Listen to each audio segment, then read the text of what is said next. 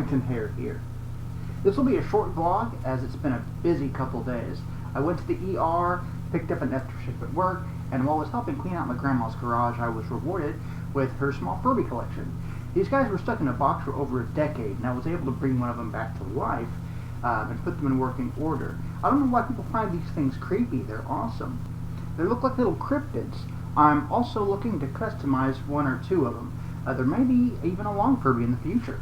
So while I'm working on that, I'm also working on our next species spotlight. The poll is up on my Patreon page, so if you want to vote and take a look at what the options are, then check out my Patreon link in the description below. Our Patreons really do drive this series, and so they get to vote on what species we do next. So do you have a custom Furby? Are you part of the Furby fandom? Have you checked out the Furby Tumblr yet? That place is pretty weird. Do you think they're creepy? Let me know down in the description below.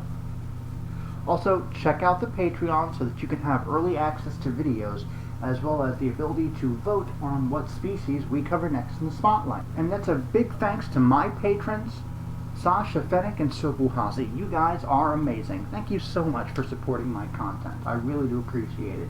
And that's going to do it for this week's video, guys. Thank you so much for watching. I really do appreciate it. And I'll see you guys this Fursuit Friday. Bye-bye.